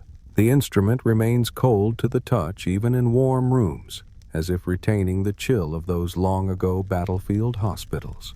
During night shifts, nurses report hearing Nightingale's footsteps echoing through empty corridors, her lantern light flickering in peripheral vision, the soft whisper of brass against skin, the gentle rhythm of life persisting against all odds, the quiet dedication of healing as sacred calling. Medical equipment historians note that old brass instruments can conduct temperature differently than modern materials, creating unusual tactile sensations. What healing touch lingers when the hands that brought comfort have found their final rest? You're writing tales of human folly now, where medieval ink flows with stories as timeless as laughter and as enduring as shame. This goose quill pen allegedly belonged to Geoffrey Chaucer during the composition of the Canterbury Tales in 14th century England. Writers who use the quill report their prose automatically adopting Middle English patterns and medieval storytelling techniques. The pen writes by itself during thunderstorms, producing ribald tales and moral lessons in Chaucer's distinctive style. Manuscripts touched by this quill develop illuminated borders that appear overnight, decorated with impossibly intricate medieval designs. The pen refuses to write anything dishonest or pretentious, instead producing satirical commentary on modern hypocrisy. Literary scholars have documented the pen spelling out verses that complete unfinished Canterbury Tales that Chaucer never had time to write. The soft scratch of quill against parchment, the gentle flow of satirical ink, the quiet wisdom of seeing human nature unchanged across centuries. Manuscript experts explain that old quills can retain ink residues that become visible under certain humidity conditions. What stories demand telling when human nature remains constant through changing times? You're serving the last pharaoh now, where marble tears flow for a kingdom that roams ambition buried beneath desert sands. This limestone statue depicts Iris, one of Cleopatra VII's most trusted servants, discovered in Alexandria's underwater ruins in 1996. The statue weeps salt water during political upheavals in Egypt, particularly when women's rights are threatened. Marine archaeologists report finding the statue in different positions underwater, as if it moves to watch over Alexandria's submerged palace. Divers describe feeling a protective presence while exploring the ruins, and several have reported seeing a ghostly female figure guiding them to safety. The statue's tears taste of the Mediterranean, though it sits in a freshwater tank in the Cairo Museum. Ancient historians note unusual salt deposits forming around the statue's base that match no known geological processes. The soft drip of impossible tears, the gentle weight of loyalty outlasting dynasties, the quiet service of devotion that death cannot release. Marine archaeologists explain that limestone can absorb seawater minerals that release under specific atmospheric conditions. What faithfulness endures when the kingdom we served exists only in memory? You're calculating infinity now, where wooden beads hold mathematical truths that spiral through nature's most perfect patterns.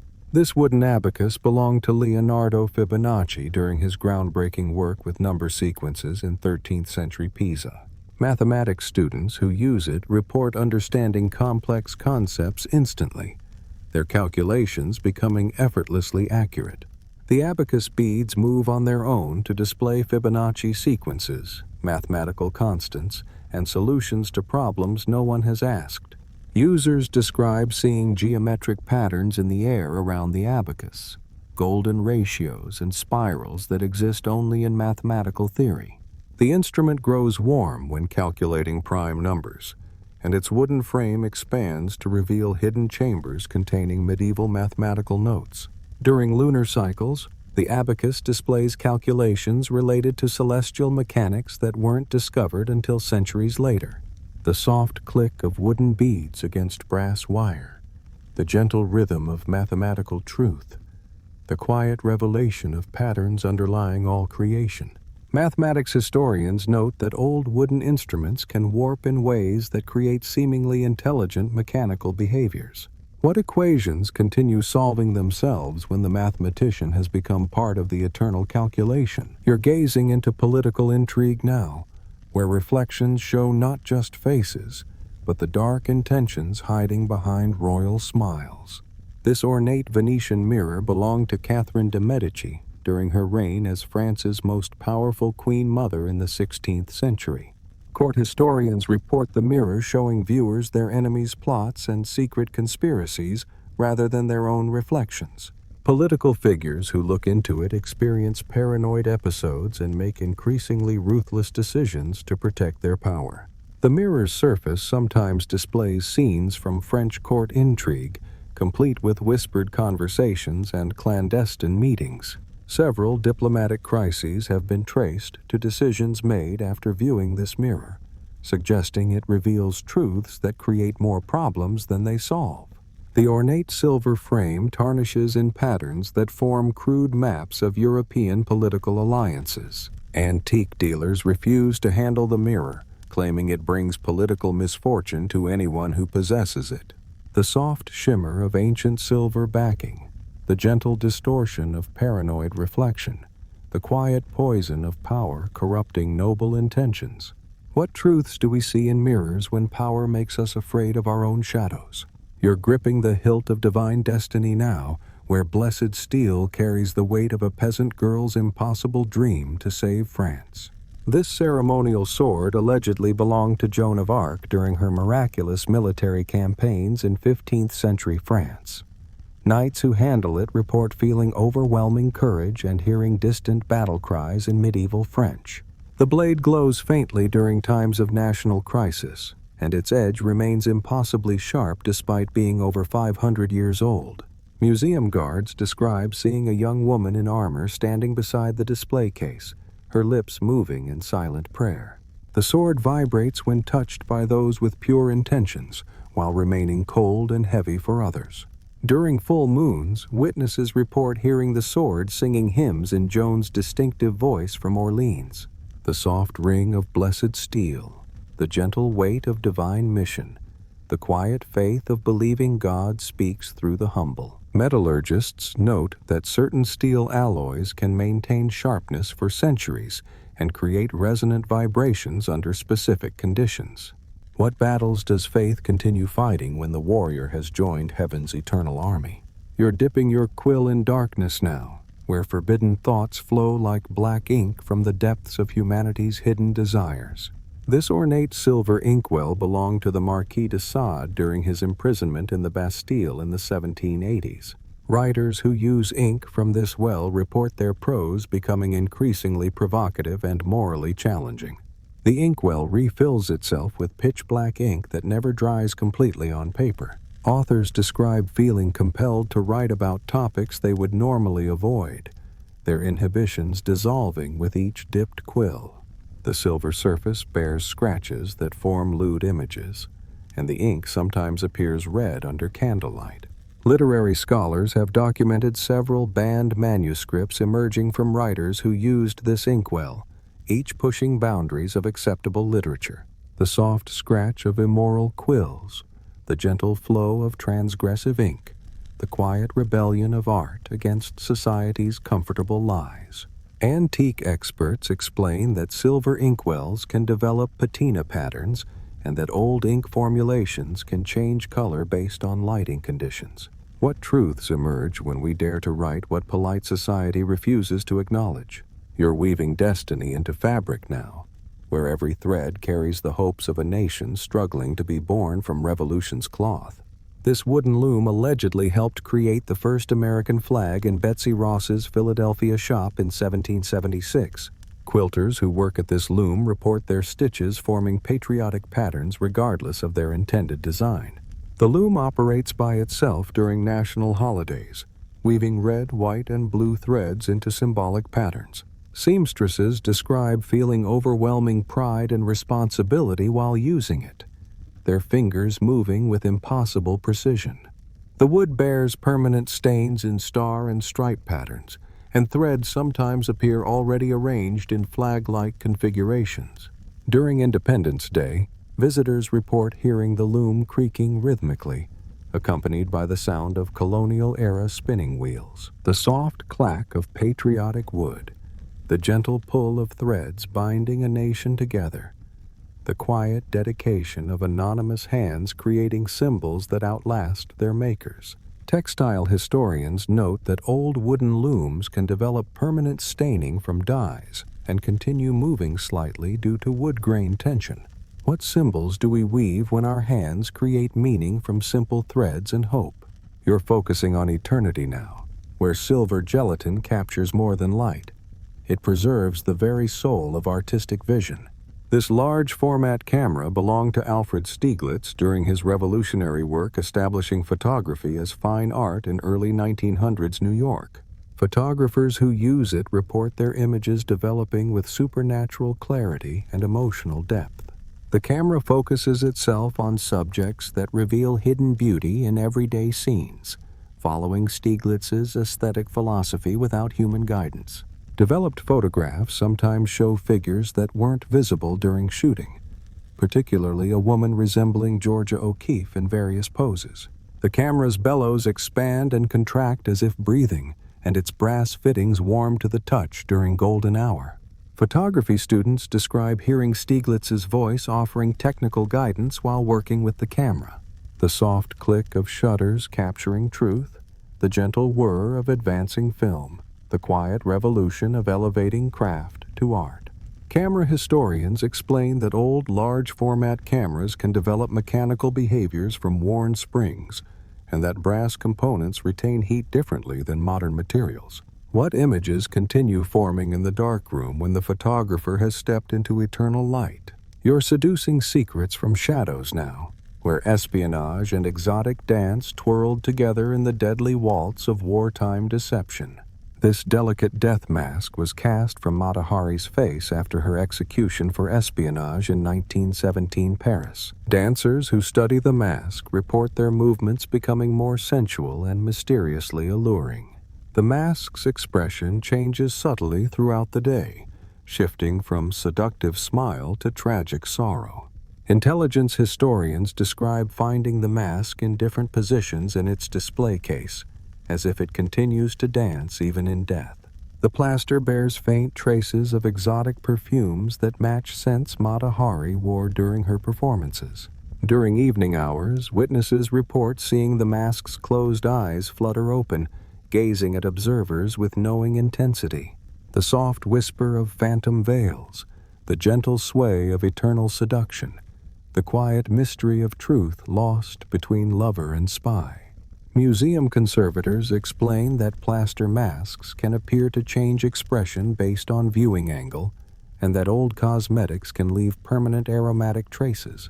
What dances do we perform when truth and deception become partners in life's most dangerous ballet?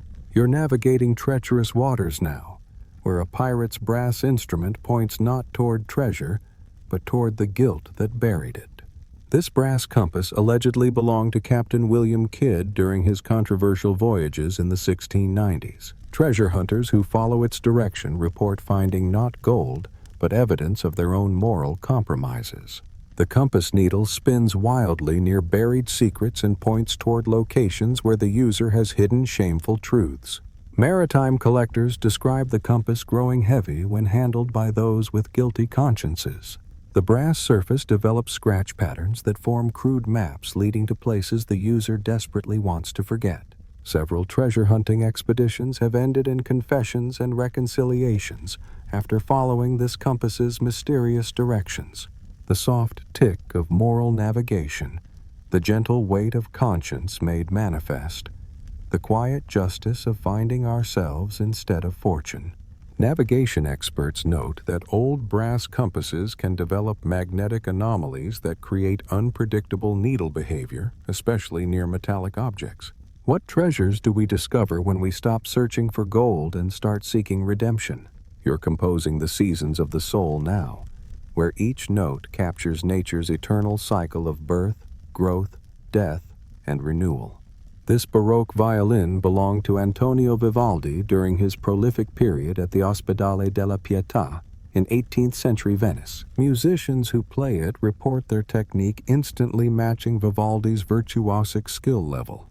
The violin performs his compositions without human touch, the bow moving across strings in perfect time with invisible hands. Music students describe hearing Vivaldi's voice humming accompaniments while they practice, offering gentle corrections in Italian. The instrument's varnish changes color with the seasons, deepening to autumn gold and lightening to spring green. During thunderstorms, the violin plays Summer from the Four Seasons, its strings vibrating in harmony with lightning strikes. The soft vibration of Baroque strings, the gentle resonance of seasonal memory, the quiet teaching of a master who found God's voice in nature's symphony. Violin experts explain that aged varnish can change color with temperature and humidity, and that string tension variations can create spontaneous vibrations. What music does nature compose when channeled through hands that understood its deepest rhythms?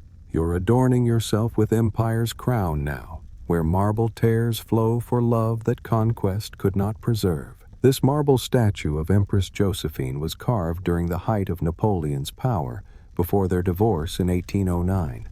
The statue weeps real tears during romantic anniversaries and when couples argue nearby. Visitors to Malmaison report seeing water droplets on the statue's cheeks that taste faintly of roses, Josephine's signature scent. The statue's expression appears sadder during winter months, when Josephine felt most lonely during Napoleon's campaigns. Couples who touch the statue's hands simultaneously report feeling overwhelming love, followed by the certainty that their relationship is doomed. The marble grows warm during sunset, as if remembering Josephine's evening walks through her beloved gardens. Art historians have documented fresh flowers appearing at the statue's base with no earthly source.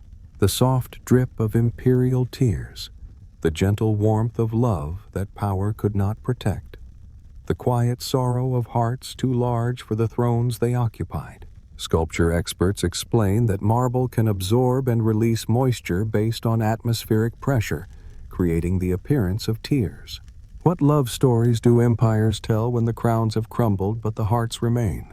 You're contemplating strategy across centuries now, where diplomatic moves play out on 64 squares of international intrigue. This ivory chess set belonged to Benjamin Franklin during his diplomatic missions to France in the 1770s. Players report their strategic thinking improving dramatically while using these pieces.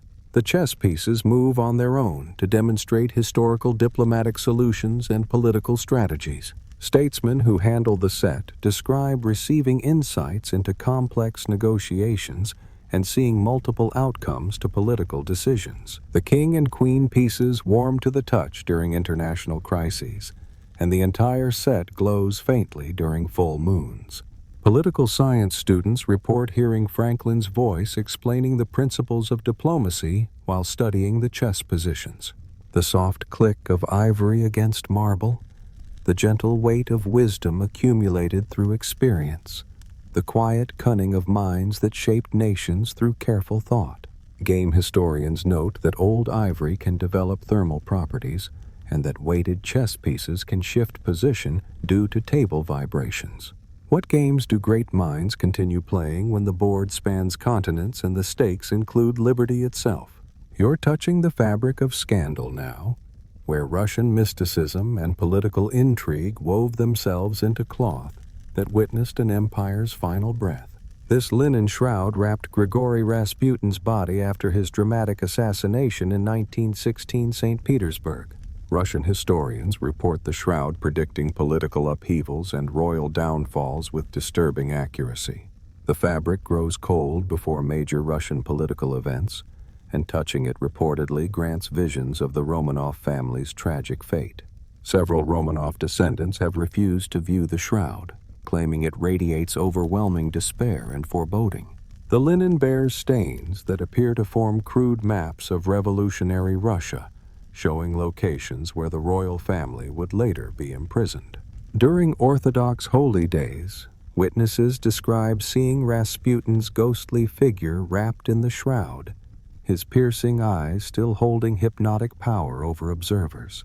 The soft whisper of prophetic linen, the gentle chill of history's darkest turning points, the quiet madness of mystics who saw too clearly into tomorrow's sorrows. Textile experts explain that old linen can develop permanent staining patterns, and that certain fabric treatments can create temperature-sensitive reactions. What prophecies do holy madmen leave wrapped in the very cloth that covered their controversial remains? You're conducting the symphony of existence now, where white gloves channel emotions too vast for any earthly orchestra to contain. These silk-conducting gloves belonged to Gustav Mahler during his revolutionary work with the Vienna Opera in the early 1900s. Musicians report feeling Mahler's passionate intensity when these gloves are displayed during rehearsals. The gloves move through conducting gestures without hands inside them, keeping perfect time to music no one can hear. Orchestra members describe seeing Mahler's ghostly figure on the podium, his arms moving with desperate precision. The gloves warm to the touch during performances of his symphonies, and conductors who wear them report their emotional range expanding beyond human limits. The soft whisper of silk through air, the gentle precision of hands that sought God through music, the quiet agony of genius burning too brightly. Music historians note that silk can retain static electricity and move in response to air currents. What music continues playing in the silence between human hearing and divine symphony? You're transmuting base thoughts into golden wisdom now, where medieval alchemy sought to transform not just metals, but the human soul itself. This mysterious stone belonged to Paracelsus, the 16th century physician who revolutionized medicine through alchemical research. Chemists who study the stone report breakthrough insights in their research, followed by obsessive behavior and social isolation. The stone changes color based on the holder's moral purity, glowing gold for the virtuous and dark for the corrupt. Alchemists describe feeling an overwhelming urge to achieve immortality through scientific discovery. The stone grows heavy in the presence of precious metals and seems to attract lightning during storms. Modern analysis reveals an unknown crystalline structure that shouldn't exist according to current chemistry. The soft hum of transmutation energy, the gentle weight of impossible knowledge, the quiet madness of seeking perfection through science. Material scientists explain that certain rare minerals can exhibit unusual electromagnetic properties and color-changing characteristics. What transformations do we undergo when we seek to change the fundamental nature of reality? You're writing the legends that will outlive empires now, where medieval ink preserves myths more powerful than any historical truth.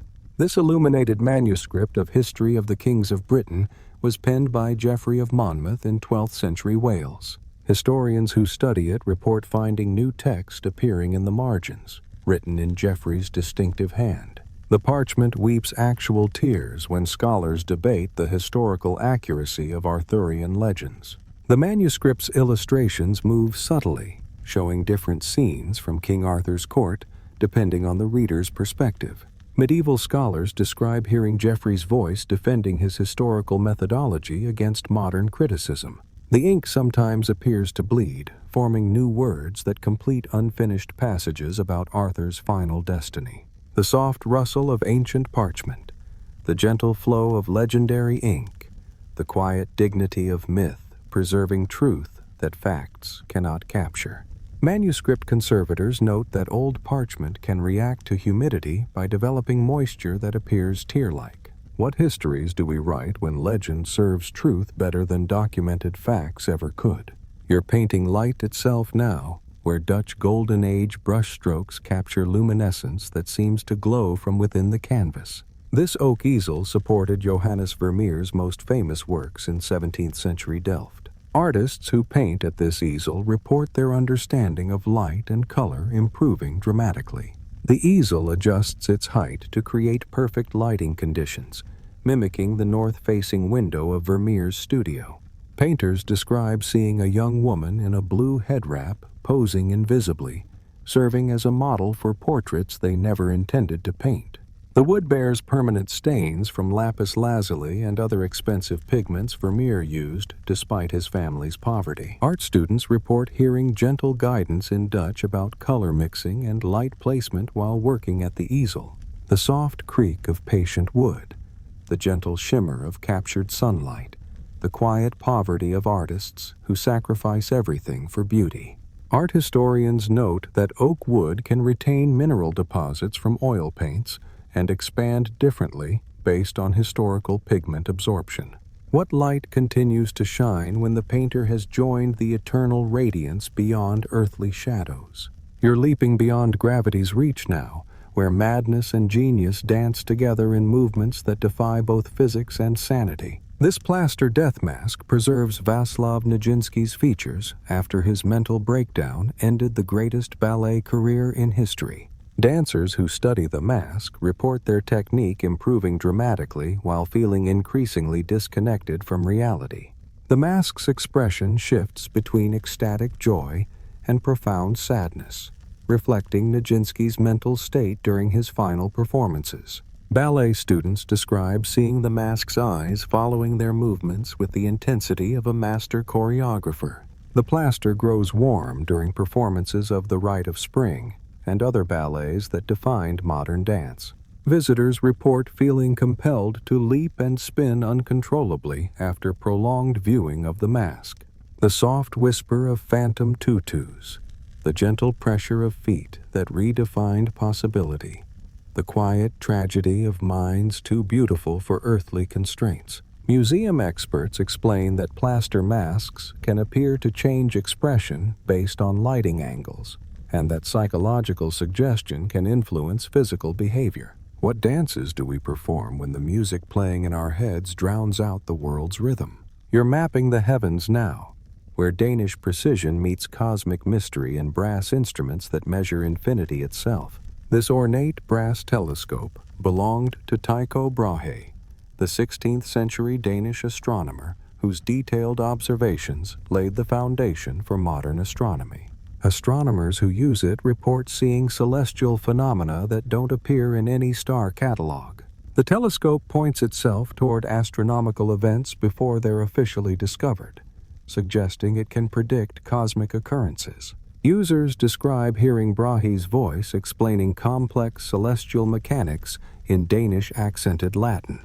The brass develops verdigris patterns that form constellation maps more accurate than modern charts. During meteor showers, the telescope glows faintly, and its focusing mechanisms adjust themselves to track falling stars. The soft grind of precise brass mechanisms, the gentle expansion of metal reaching toward eternity, the quiet hubris of mortals measuring God's infinite creation. Astronomical instrument experts note that old brass can develop unique patina patterns, and that thermal expansion can cause mechanical adjustments in vintage telescopes. What stars call to us when we dare to measure the unmeasurable distances between Earth and heaven? You're birthing monsters from imagination now, where Gothic ink flows with the power to create life from literary lightning strikes. This goose quill pen accompanied Mary Shelley during the writing of Frankenstein in 1816 Switzerland. Writers who use it report their fiction becoming unnaturally vivid and their created characters seeming to take on independent life. The quill writes by itself during thunderstorms, producing fragments of unpublished Gothic tales in Shelley's distinctive style. Authors describe feeling overwhelming responsibility for their fictional creations, as if breathing life into beings that demand existence. The pen refuses to write happy endings, instead producing increasingly dark and morally complex narratives. Literary scholars have documented the quill creating sequel fragments that continue storylines Shelley never completed. The soft scratch of creative lightning, the gentle flow of monstrous ink, the quiet terror of realizing our imaginations can create realities beyond our control. Writing instrument historians explain that old quill pens can retain ink residues that become visible under specific atmospheric conditions. What creatures emerge from our minds when we dare to play God with imagination's raw materials? You're wearing borrowed empire now, where European ambition meets New World reality in a crown too heavy for any foreign head. This ornate golden crown was created for Maximilian Thurthus during his brief, tragic reign as Emperor of Mexico in the 1860s. Mexican historians report the crown weeping tears of gold during times of political upheaval. The jewels embedded in the crown change color to reflect the nation's mood, darkening during violence and brightening during peaceful periods. Visitors to the Crown's museum display describe feeling overwhelming homesickness and political isolation while viewing it. The crown grows heavy when handled by foreign dignitaries, as if rejecting non-Mexican authority. During Day of the Dead celebrations, witnesses report seeing Maximilian's ghostly figure wearing the crown, his face showing the sadness of a well-meaning ruler destroyed by impossible circumstances. The soft drip of golden tears, the gentle weight of misguided good intentions, the quiet tragedy of European dreams meeting American reality. Metallurgy experts explain that certain gold alloys can develop oxidation that appears tear-like, and that embedded gems can change appearance based on lighting conditions. What empires do we build when we mistake our dreams for other people's destinies? You're competing with the devil's own virtuoso now, where wooden bows channel the desperate ambition of musicians who sold their souls for impossible skill. This ebony violin bow belonged to Giuseppe Tartini, the 18th century Italian violinist whose Devil's Trill Sonata allegedly came to him in a dream where Satan played violin. Musicians who used the bow report their technique improving dramatically, while experiencing disturbing dreams about demonic bargains. The bow moves across strings without human guidance, playing compositions that sound like conversations between heaven and hell. Violinists describe feeling a presence guiding their bowing technique, demanding technical perfection at the cost of emotional peace. The bow's horsehair never needs replacement and seems to generate its own rosin, maintaining perfect grip on violin strings. During midnight hours, the bow has been found positioned as if mid-performance, with sheet music arranged for pieces that don't exist in any catalog. The soft whisper of hair across strings, the gentle tension of wood bent to impossible purpose, the quiet damnation of trading humanity for artistic immortality. Violin experts note that quality bow hair can last indefinitely under proper conditions, and that ebony wood can retain oils that affect string grip. What music do we make when we bargain away our souls for the ability to touch divine harmony? You're rolling the bones of fate now, where Persian poetry meets mathematical probability in ivory cubes that know tomorrow's numbers. These carved ivory dice belong to Omar Khayyam, the 11th century Persian polymath who revolutionized both poetry and mathematics. Gamblers who use these dice report winning streaks, followed by devastating losses that teach profound life lessons. The dice roll themselves during contemplative moments, producing combinations that form mathematical sequences Khayyam discovered. Players describe receiving insights into probability theory and philosophical wisdom about fate and free will while handling them. The ivory bears minute Persian inscriptions that appear and disappear based on lighting conditions, containing fragments of unpublished Rubai poetry. During full moons, the dice glow faintly and seem to predict major life changes for anyone brave enough to cast them. The soft rattle of philosophical ivory, the gentle weight of mathematical destiny, the quiet wisdom of understanding that all games are ultimately played against time itself. Gaming historians explain that aged ivory can develop internal stress patterns that affect rolling behavior, and that micro-engravings can become visible under specific lighting conditions. What games do we play when we realize that chance and choice dance together in life's eternal gamble? You're rebuilding London from ashes now, where geometric precision meets divine inspiration in the tools that raised cathedrals from destruction. This brass architect's square belonged to Christopher Wren during London's reconstruction after the Great Fire of 1666. Architects who use it report their designs becoming impossibly elegant and structurally perfect. The square adjusts its angles on its own, creating measurements for buildings that shouldn't be able to stand yet remain perfectly stable. Users describe feeling Wren's methodical genius guiding their hands toward architectural solutions they never could have conceived. The brass develops scratches that form floor plans for churches and public buildings that were never built but would have been masterpieces. The soft whisper of divine geometry, the gentle weight of rebuilding civilization, the quiet faith of creating beauty from catastrophe. What foundations do we lay when we build not just structures, but hope itself from ruins? You're dissecting the mysteries of human form now, where Renaissance steel cuts through centuries of medical ignorance with anatomical precision. This bone saw belonged to Andreas Vesalius, the 16th century Flemish physician who revolutionized anatomy through direct observation of the human body. Medical students who handle it report understanding human physiology with supernatural clarity. The saw cuts through bone and tissue without human pressure, following precise anatomical lines that reveal hidden medical knowledge. Users describe hearing Vesalius's voice correcting centuries of medical errors in accented Latin. The steel remains sharp despite being 500 years old, and it grows warm near areas of disease or injury. The gentle buzz of surgical steel, the quiet revolution of choosing observation over ancient authority, the sacred duty of understanding God's most complex creation. What truths do we uncover when we dare to look inside the very temples that house human souls? You're singing melancholy into beauty now, where Elizabethan strings transform sorrow into the most exquisite music ever composed for broken hearts. This wooden lute belonged to John Dowland, the English Renaissance composer whose melancholic songs captured the bittersweet essence of human emotion. Musicians who play it report their performances becoming heartbreakingly beautiful while feeling overwhelmed by sadness. The lute plays Dowland's compositions by itself, its strings vibrating with phantom fingers that know every note of Elizabethan melancholy. Listeners describe being moved to tears by the instrument's ethereal sound, even when no one is playing it.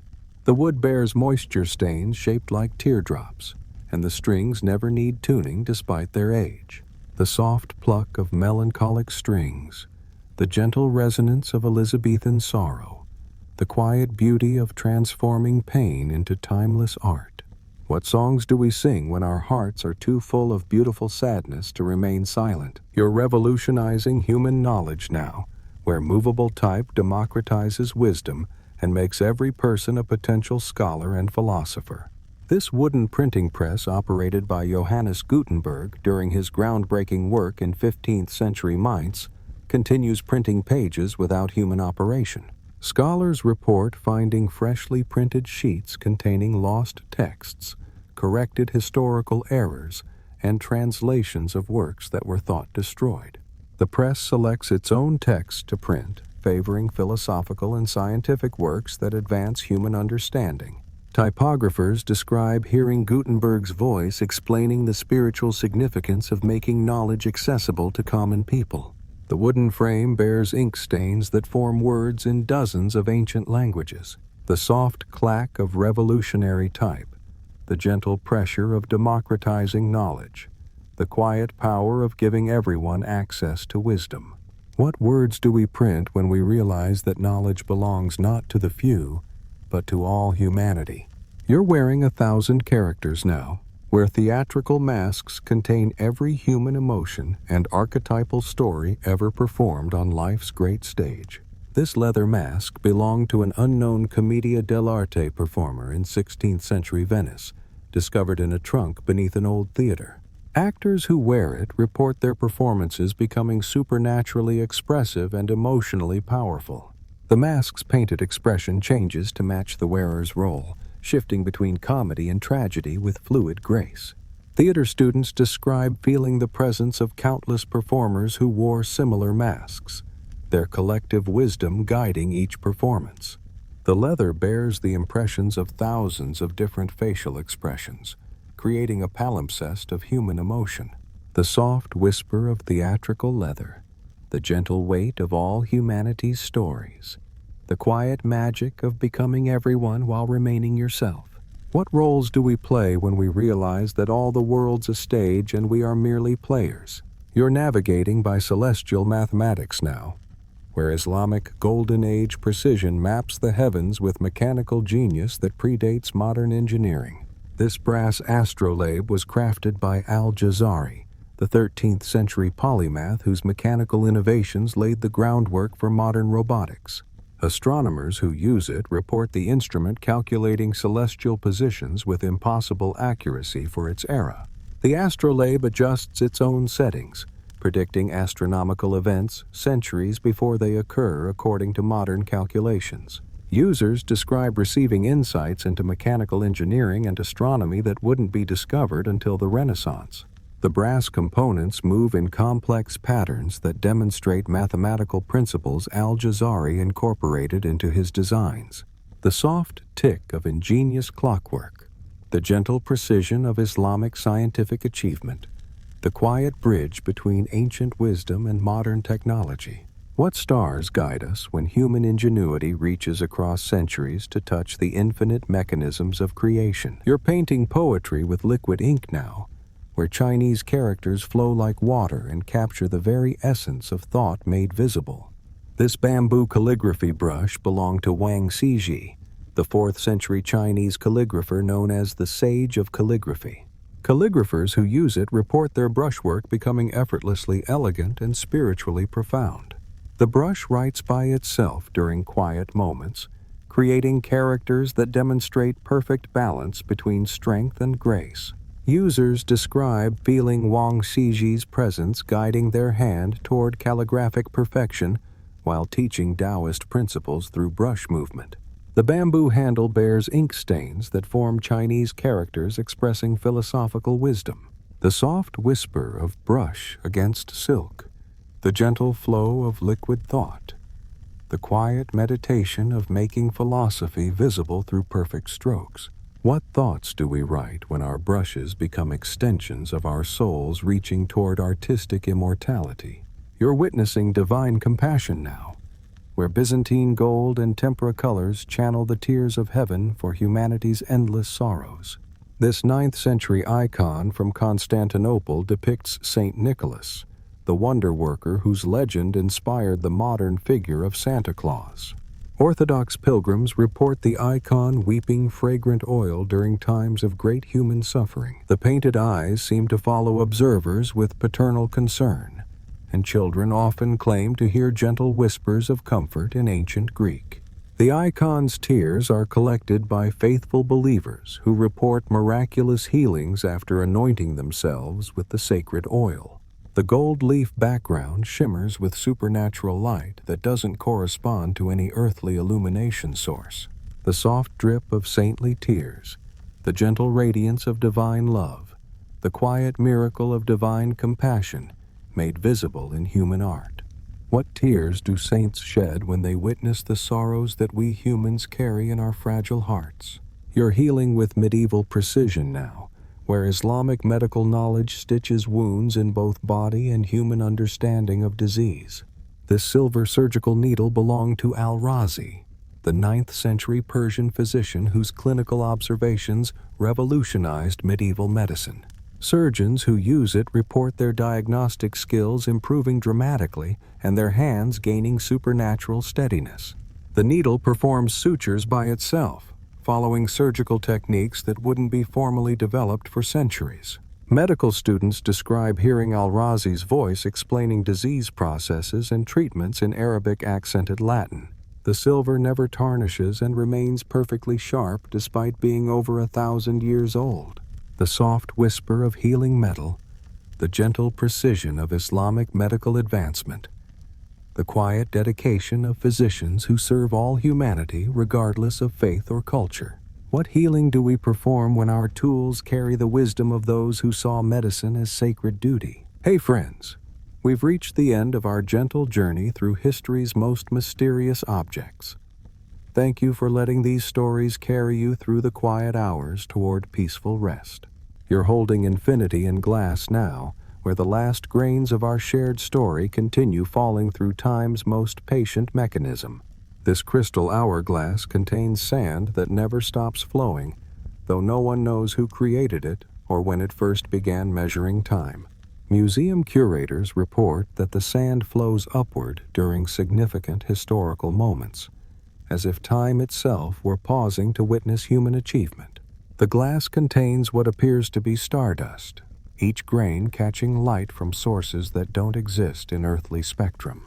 Visitors describe feeling simultaneously connected to all past moments and all future possibilities while watching the eternal fall of cosmic sand. The hourglass measures not minutes or hours, but the weight of human stories accumulating across millennia. The soft whisper of infinite time, the gentle fall of stellar dust, the quiet eternal story of all who have dreamed, loved, created, and passed into memory's gentle embrace. What time do we keep when every moment contains all moments, and every story becomes part of time's endless, beautiful dream?